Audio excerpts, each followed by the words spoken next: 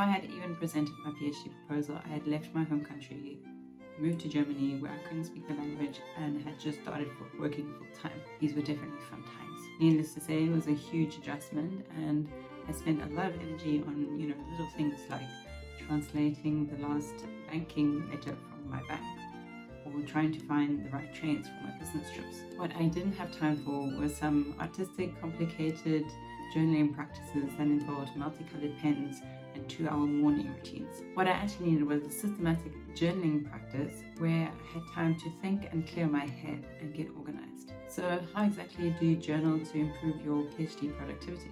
Here it is really crucial to focus on what is beneficial to write down to become more productive, and keep it as lean as possible. This ensures that your PhD journaling stays effective and time efficient. But let me explain how I think about time and energy and allocating them to different types of work. This is a combination of ideas and things that I've learned from deep work, the 12-week year, and of course the standard classic, the 7 habits of highly effective people. This is what I like to call the C of EFTs, where EFT doesn't stand for electronic fund transfer, but rather energy, focus, and time.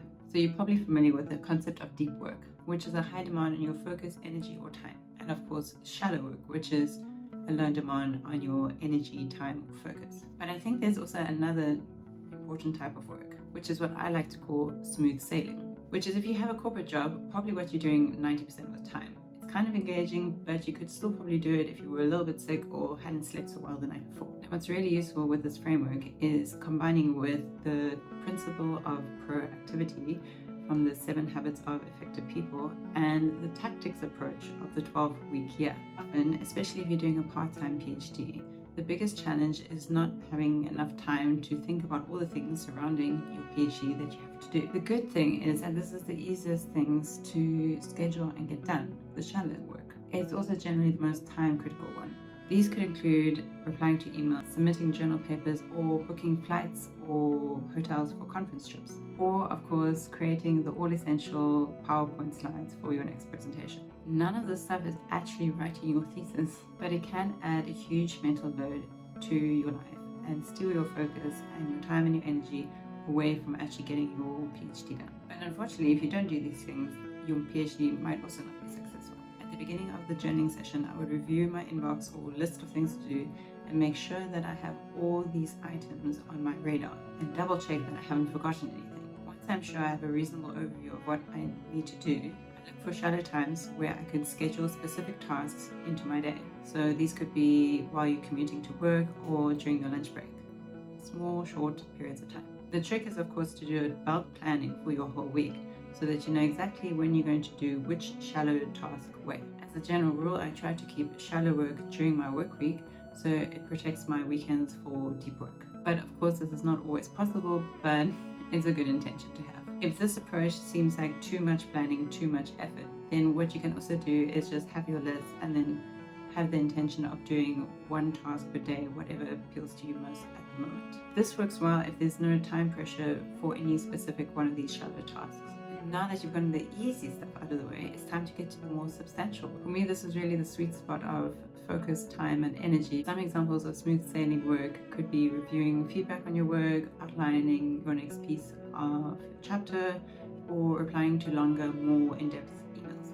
But the real advantage is if you strategically plan these smooth sailing sessions where you don't need a deep focus, then you really protect your deep work sessions. These smooth sailing sessions generally take a little bit more discipline and, to be honest, on some days an extra cup of coffee. However, I promise you, you do have time during your work week to squeeze them in. I found that scheduling these type of sessions early mornings before my corporate job or during longer lunch breaks was really helpful in getting these types of tasks done. If you do a focused 45 minutes of work, you'll be amazed at how much stuff you get through in these sessions. And like I said, the best part of these smooth sailing sessions is that you protect your time for your deep work on the weekends. Now, there's nothing more intimidating than scheduling and showing up for a deep work session where you really know you're going to have to think really hard and do challenging things, such as writing, dealing with tricky feedback, and of course, analyzing your data maybe. This is where all your emotions and your bad habits come up to play. but there are ways that you can make these sessions less daunting and productive. So the first thing that I found, which really helped a lot, was to stop making these deep work sessions a new experience. And what I mean by that is that when you're approaching your deep work sessions a little bit differently each time, then you can't leverage routines or habits to help them become a little bit easier. So make your life easier and build a consistent routine and habits around your deep work sessions so that they don't feel like a new experience each time. For me, this was Saturday and Sunday mornings from 8:30 until 2 p.m. I would leave my flat, walk 5 minutes over to my shared office space, which would of course be completely empty because weekend and Germany. And I would set up my laptop, get my coffee, do my PhD journaling, and then my mind would know it's time to focus and do the hard work. I would also have an ending routine where I would also mentally make a cut so that I could spend the rest of the weekend focused on family time and, most importantly, not working. Using this journaling approach together with the strategy of how to classify and schedule work is one of the ways to really improve your PhD workflow. It doesn't, however, make you a machine.